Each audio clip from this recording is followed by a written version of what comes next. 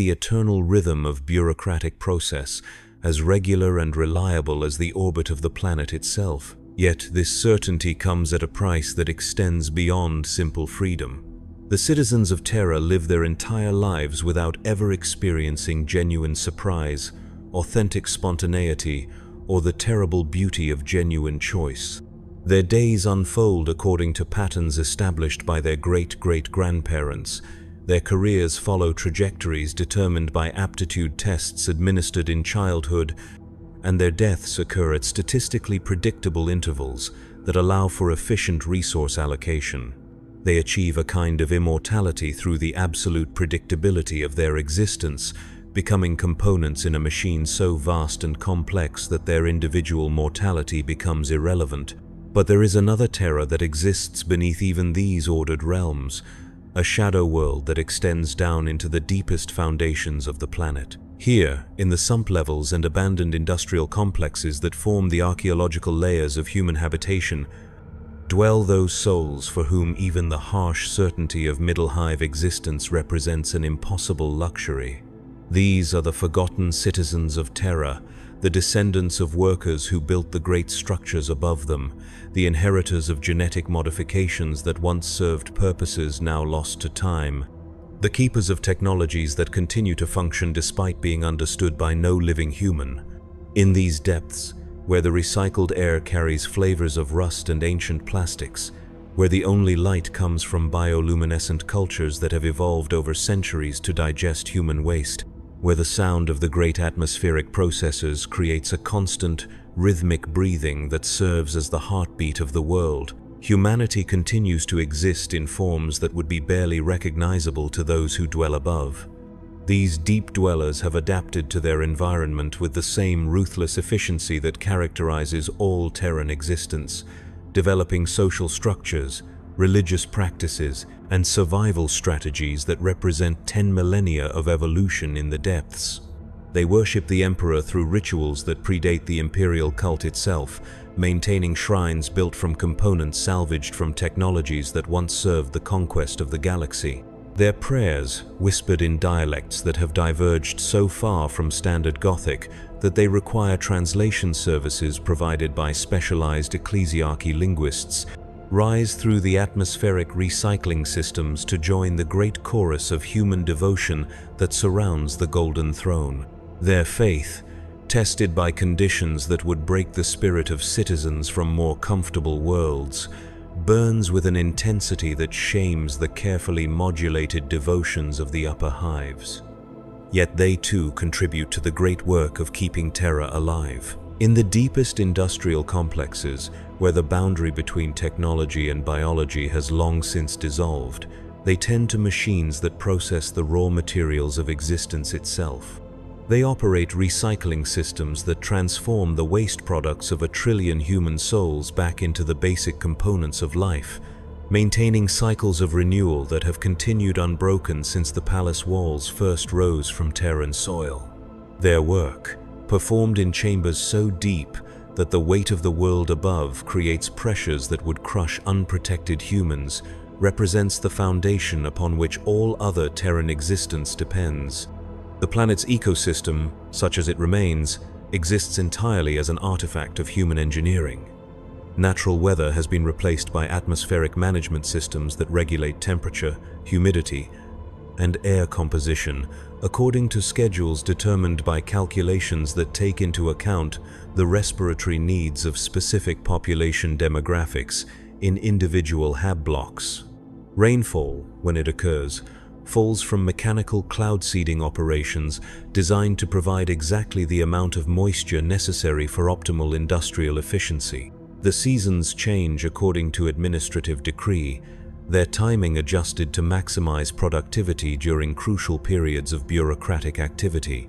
This artificial environment creates its own forms of beauty, harsh and mathematical but possessed of a grandeur that speaks to the power of human will applied over geological timescales. The great atmospheric processors, visible from the highest spires as vast columns of engineered cloud that stretch from horizon to horizon, create weather patterns of such complexity and precision that their observation has become a specialized field of study within the Adeptus Mechanicus. The interplay of artificial lighting with the engineered atmospheric compositions produces sunsets and dawns that follow no natural pattern, yet achieve effects of such haunting beauty that viewing them has become a form of prayer among the upper hive nobility. The rhythms of Terran life follow patterns that reflect not the rotation of the planet or the progression of seasons, but the vast administrative cycles that govern imperial bureaucracy. The Terran year is divided not into months but into processing periods, each dedicated to specific categories of bureaucratic activity. The first processing period, lasting approximately 2 standard months, is devoted to the reception and initial cataloging of reports from the segmentum commands. The second period focuses on cross-referencing these reports with existing files, a process that requires the labor of millions of scribes working in shifts that continue without interruption. The third period involves the preparation of summary documents, the fourth their review by appropriate authorities, the fifth the drafting of response communications, and so forth, through a cycle that has been refined over millennia to achieve maximum efficiency in the processing of galactic information. During each of these periods, the entire population of Terra adjusts its activities to support the dominant administrative function. Citizens find that their food rations change composition to support the mental activities required for different types of bureaucratic work. The lighting in public spaces shifts to wavelengths that have been determined to optimize productivity for specific tasks. Even the temperature and humidity in hab blocks are adjusted to maintain ideal conditions for the millions of scribes, clerks, and administrators whose coordinated efforts keep the Imperium functioning. This coordination extends beyond simple resource management to encompass the deepest aspects of human psychology. The citizens of Terra have evolved, through 10 millennia of careful selection and environmental pressure, into forms of humanity specifically adapted for bureaucratic efficiency. Their attention spans, memory capabilities, and emotional responses have been shaped by generations of life in an environment where the ability to process information accurately and without distraction represents the difference between survival and elimination. They demonstrate levels of focus and dedication that citizens of other worlds regard as superhuman, yet they achieve this not through genetic enhancement or technological augmentation, but through the simple pressure of existing in an environment where such capabilities are necessary for survival. The social structures that have emerged from this evolutionary pressure represent humanity's adaptation to existence as components in a vast administrative machine. Families form not around emotional bonds or economic necessity, but around complementary bureaucratic skills that allow household units to achieve greater efficiency in their assigned tasks. Marriages are arranged not by parents or personal preference, but by administratum efficiency consultants who analyze psychological profiles to determine optimal pairings for maximum productivity. Children are educated not according to their interests or natural talents, but according to projections of future bureaucratic needs that are calculated decades in advance by analytical engines whose complexity rivals the cogitators that guide Imperial Navy vessels through warp space. Yet within this system, forms of love, art, and individual expression continue to exist, though they have been transformed by the environment that shapes them. Terran poetry, composed in the brief intervals between shifts in the great administrative centers, achieves levels of concentrated meaning that reflect the pressure under which it is created. Each word is chosen not just for its literary merit, but for its efficiency in conveying multiple layers of meaning, since poets know that their audiences have neither the time nor the energy for unnecessary elaboration. The result is an art form of extraordinary compression and power, where single verses contain the emotional weight that would require entire epics to convey under other circumstances. Music on Terra has evolved into something that serves both aesthetic and functional purposes. The great choirs that perform in the administrative cathedrals sing in harmonies that have been mathematically optimized to create acoustic environments that enhance mental clarity and reduce stress among the scribes and clerks who labor in these spaces. Their voices, trained from childhood to produce precise tonal qualities, create soundscapes that transform the mechanical rhythm of bureaucratic work into something approaching the sacred. Listening to these choirs, even the most mundane tasks of data processing and file maintenance take on qualities of religious devotion, turning the vast machinery of imperial administration into a form of worship that encompasses every citizen on the planet. The visual arts have been similarly transformed by Terran conditions. Painters work not with traditional pigments, but with substances extracted from the atmospheric processes and industrial recycling systems that sustain planetary life. Their colors carry literal traces of the environment that shapes Terran existence, creating artworks that serve simultaneously as aesthetic objects and as archives of atmospheric composition, industrial efficiency, and population density. Viewing these paintings, citizens can read the history of their world in chemical residues and molecular traces that tell stories more complete than any written record. Architecture on Terra represents the ultimate expression of human adaptation to impossible circumstances. The great hab blocks that house the planet's population are not simply buildings but vast ecosystems, engineered to support human life at population densities that approach the theoretical limits of possibility. Each structure contains its own atmospheric processing systems, waste recycling facilities, food production capabilities, and internal transport networks. They are designed to function as closed systems, capable of sustaining their populations, even if completely isolated from the larger planetary infrastructure. Yet these buildings also serve as monuments to human endurance and ingenuity. Their construction required engineering solutions that pushed the boundaries of possibility, architectural innovations that solved problems no other human civilization had ever faced. The great spires that rise from the surface toward the artificial sky represent achievements that dwarf the pyramids of ancient Terra, the space elevators of the dark age of technology, or even the massive fortifications that protect the imperial palace itself. They stand as testaments to humanity's refusal to surrender to circumstances that would have destroyed any other species, proof that the human will to survive can overcome even the mathematical impossibility of supporting 1 trillion souls on a single world. The daily routine of a Terran citizen reflects the perfect integration of individual existence with planetary necessity. They wake to the sound of atmospheric processes cycling through their morning adjustment phase, a deep, rhythmic breathing that serves as the planet's heartbeat. Their first act upon waking is to check the air quality indicators that determine whether the day's work will require standard respiratory protection or enhanced filtration systems. They consume their morning ration, its composition determined by their assigned metabolic profile and the day's projected caloric requirements, while listening to devotional broadcasts that combine spiritual instruction with practical information about atmospheric conditions, transport schedules, and bureaucratic priorities. Their journey to their assigned workplace takes them through transport networks that represent marvels of logistics and engineering. The great pneumatic tubes that carry citizens between levels operate with precision that allows millions of people to reach their destinations within minutes of their scheduled arrival times. These systems, maintained by tech priests who regard their function as a form of prayer, achieve efficiency ratings that approach perfection, moving human cargo through the vertical city with the reliability of orbital mechanics. At their workstations, Terran citizens perform tasks that contribute to the vast computational network that is imperial administration. A single clerk, processing requisitions for ammunition shipments to a frontier world, influences decisions that will determine the outcome of battles fought light years away. Their accuracy in transcribing supply codes determines whether Imperial Guard regiments receive the equipment they need to survive alien invasions.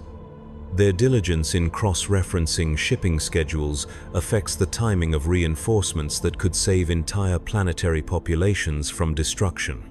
The weight of this responsibility creates a psychological environment unlike anything found on other worlds. Every Terran citizen carries the knowledge that their individual competence has galactic implications, that their personal failure could result in the deaths of millions of people they will never meet.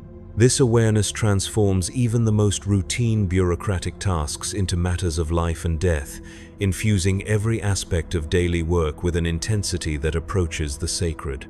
The simple act of filing a document correctly becomes an act of devotion to the Emperor and service to humanity, while errors in data processing carry the spiritual weight of heresy. Yet the citizens of Terra have learned to bear this burden without being crushed by it. They develop psychological strategies that allow them to function effectively under pressure that would drive inhabitants of other worlds to madness. They practice meditation techniques that transform repetitive bureaucratic tasks into forms of prayer, finding spiritual meaning in the precise execution of administrative procedure.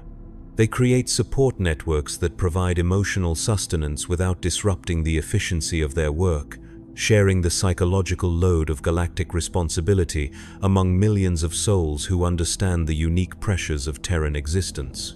The education system on Terra reflects the planet's role as the administrative center of human civilization.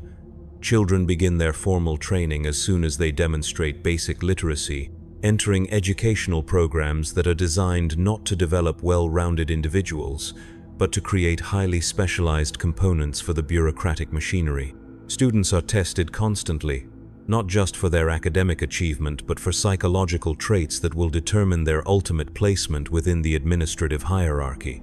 Those who demonstrate exceptional memory capabilities are directed toward archival training, where they learn to memorize and recall vast quantities of information with perfect accuracy. Those who show aptitude for pattern recognition are channeled into analytical programs that prepare them for careers in data correlation and trend analysis. Students with particular skill in linguistic precision receive training in legal documentation and regulatory interpretation.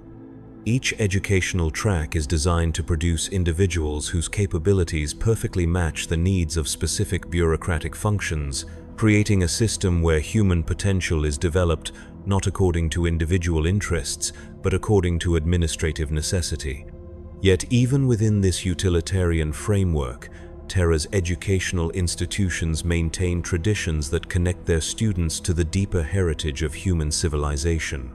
Students learn not just the technical skills they will need for their assigned careers, but also the historical and philosophical foundations that give meaning to their work.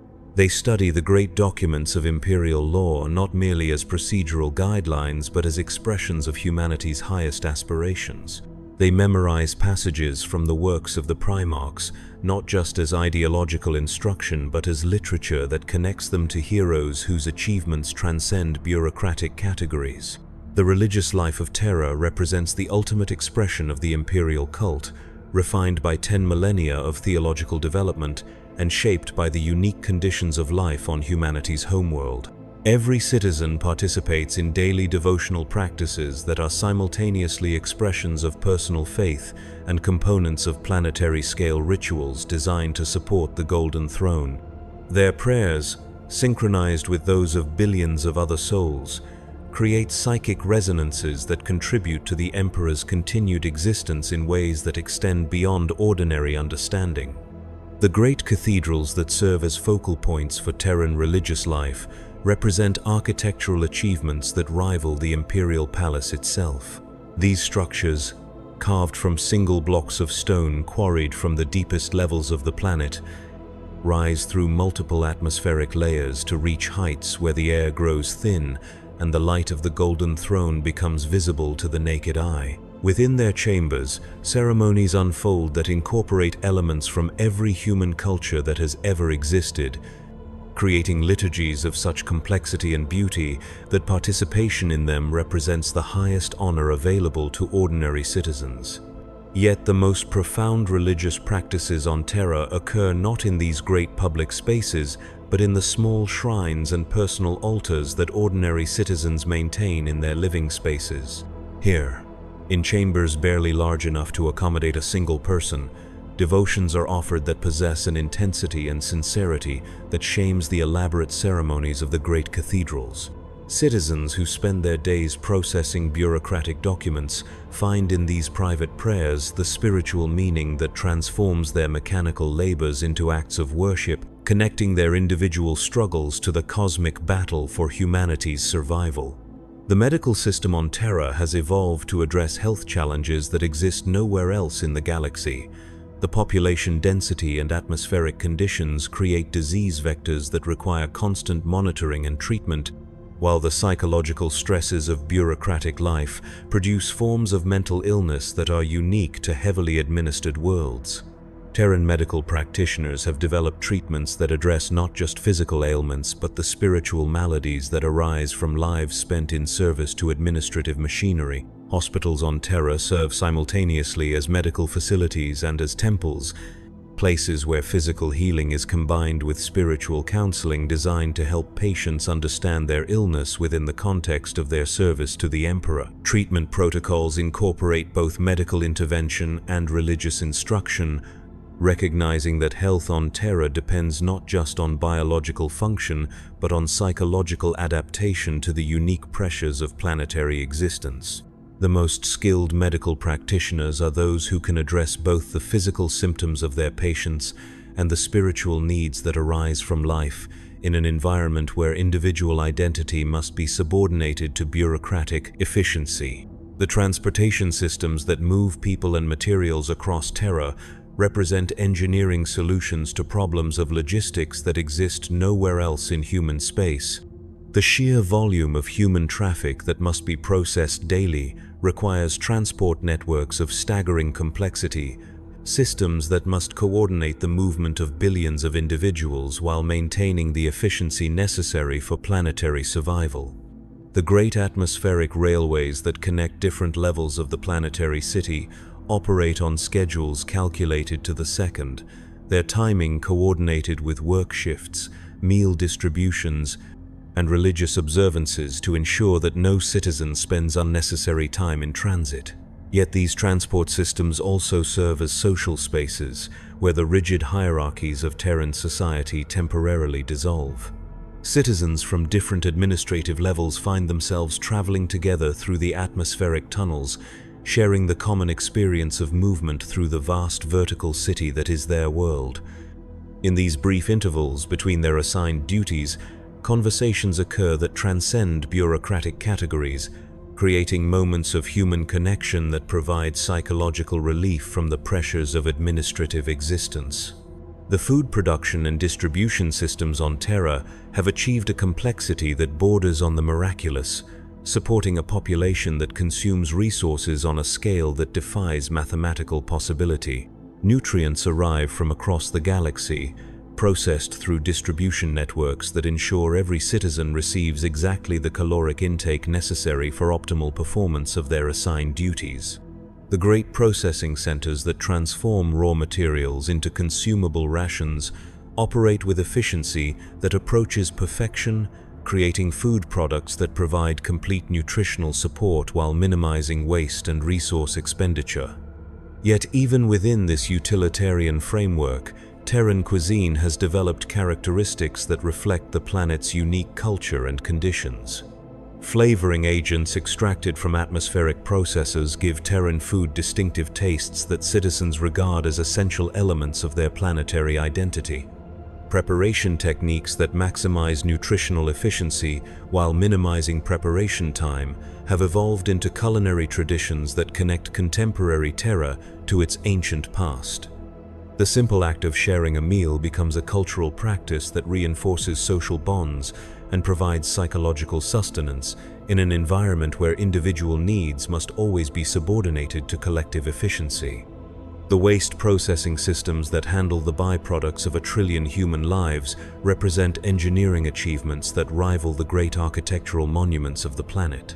Every waste product, from human biological waste to the worn-out components of bureaucratic machinery, is processed through recycling systems that transform it back into the raw materials necessary for continued planetary survival. These systems operate with efficiency ratings that approach perfection, creating closed-loop cycles that minimize the planet's dependence on external resources while maintaining the quality of life necessary for effective bureaucratic function. The technology that makes Terran life possible operates at levels of complexity that challenge comprehension. Atmospheric processors the size of continents regulate air quality for specific population demographics, adjusting oxygen content, humidity levels, and trace gas concentrations according to schedules calculated by cogitators whose memory banks contain more information than some planetary libraries.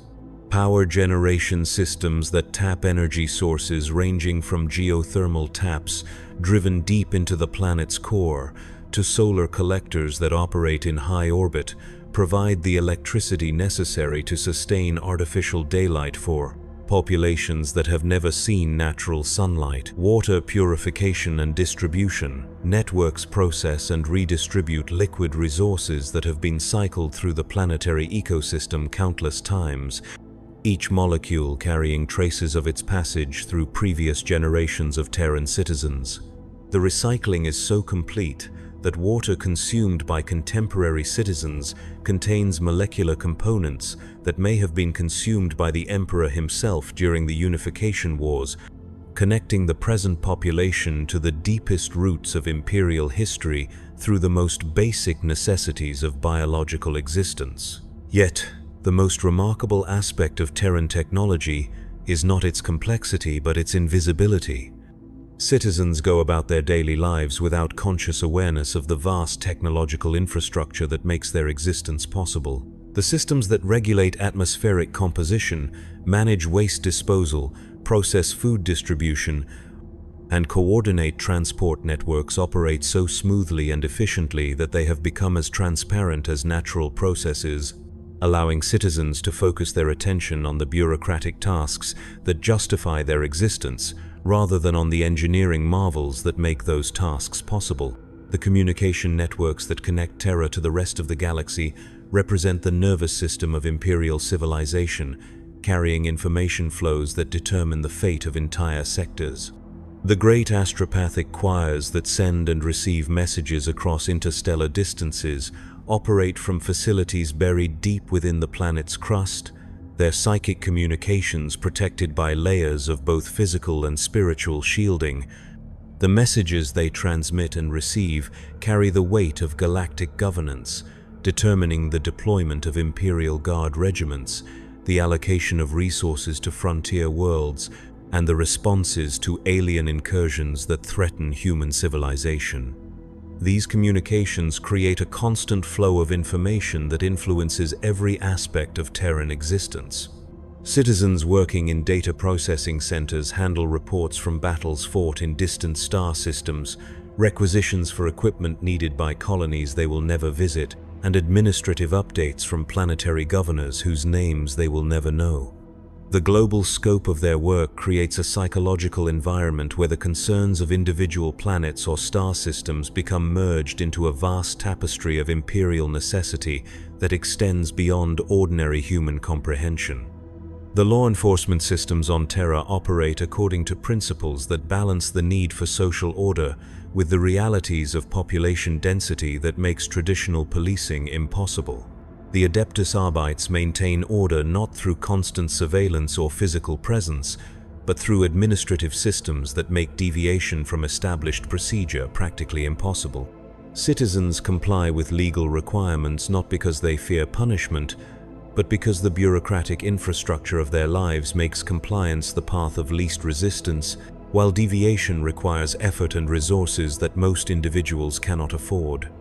Yet, when enforcement becomes necessary, it operates with efficiency that reflects the absolute authority of imperial law. Violators of established procedure find themselves processed through judicial systems that operate with mechanical precision, their cases handled by administrative clerks whose decisions are based not on individual circumstances but on algorithmic analysis of legal precedent and bureaucratic necessity.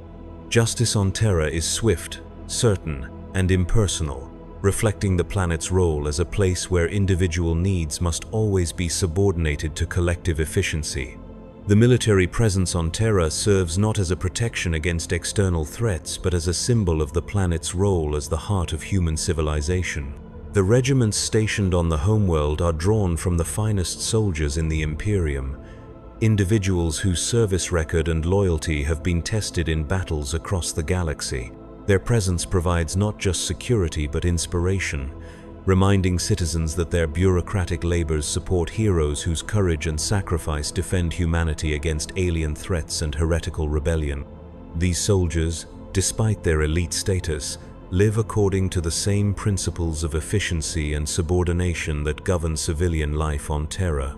Their barracks are integrated into the same atmospheric processing systems that serve the general population.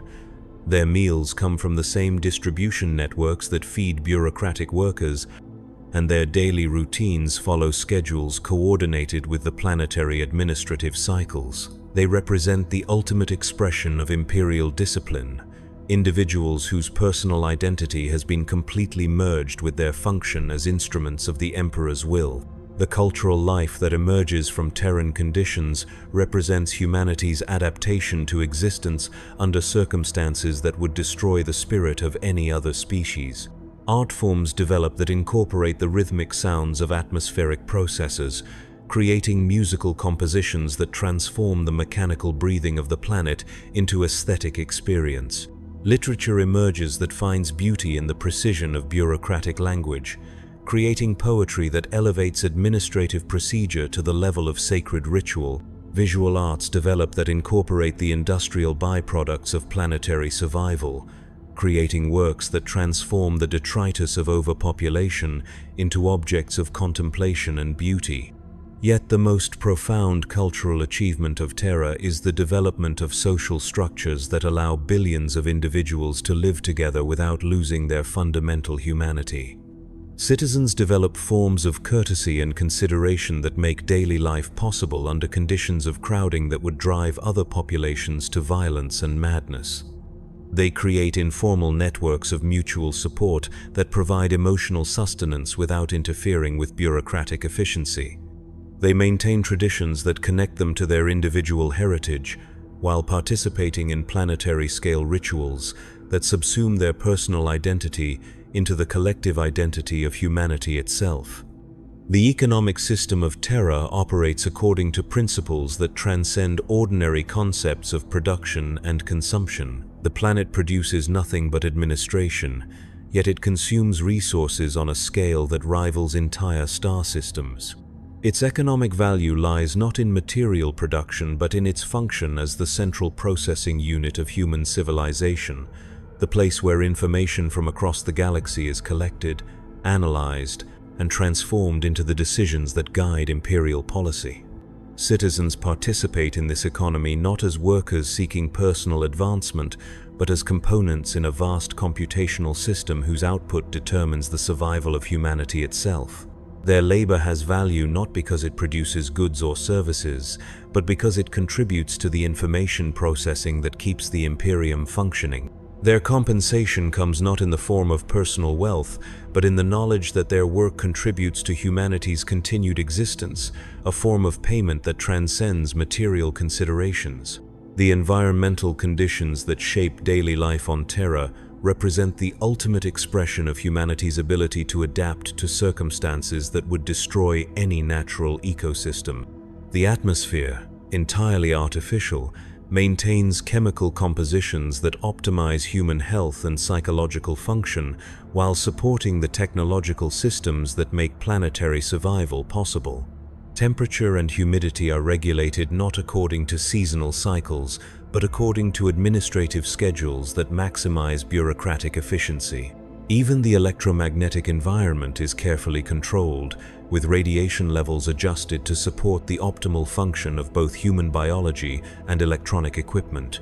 Yet within this completely artificial environment, citizens develop emotional connections to their surroundings that rival the attachments that residents of natural worlds feel toward their landscapes. They learn to find beauty in the interplay of artificial lighting with engineered atmospheric compositions, to appreciate the aesthetic qualities of architectural forms that serve purely functional purposes, to derive spiritual satisfaction from participation in environmental cycles that are entirely the product of human engineering.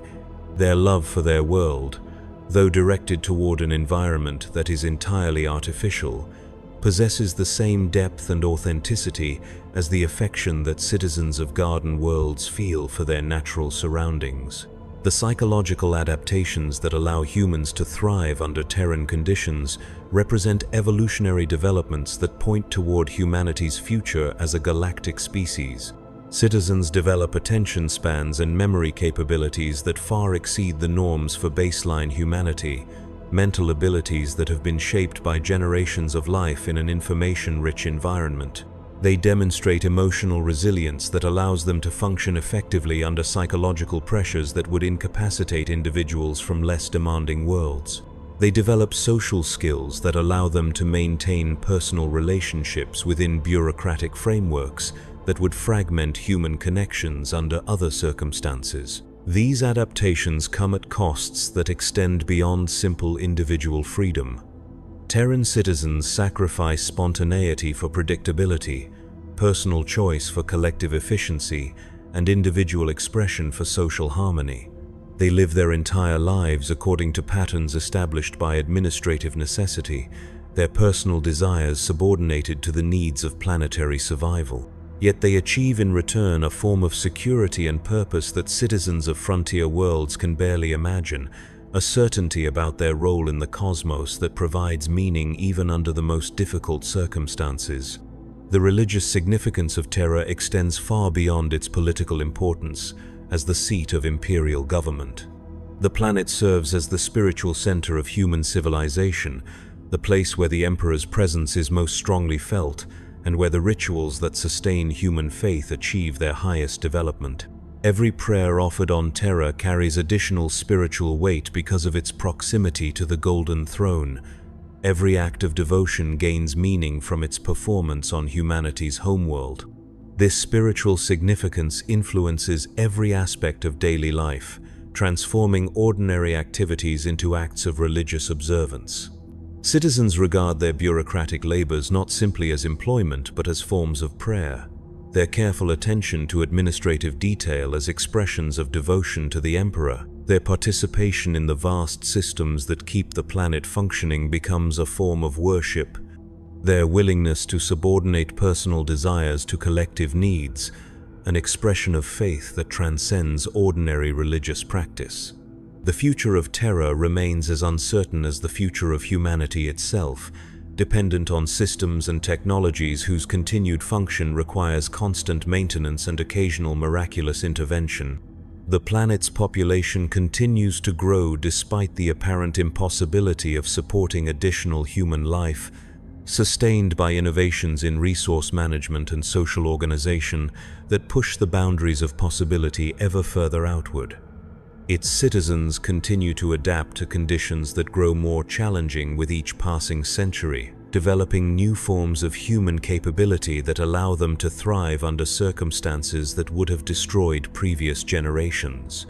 Yet Terra's citizens face this uncertain future with the same determination that has allowed their world to survive 10 millennia of impossible challenges. They continue their daily labors, knowing that each day of successful planetary operation represents a victory against entropy itself, a triumph of human will over the mathematical impossibility of their existence. They raise their children to inherit not wealth or comfort, but the knowledge and skills necessary to continue humanity's greatest administrative achievement, the maintenance of a world that serves as both the brain and the heart of galactic civilization. The legacy of Terra lies not in monuments or artifacts, but in the demonstration it provides of humanity's capacity for survival under any circumstances.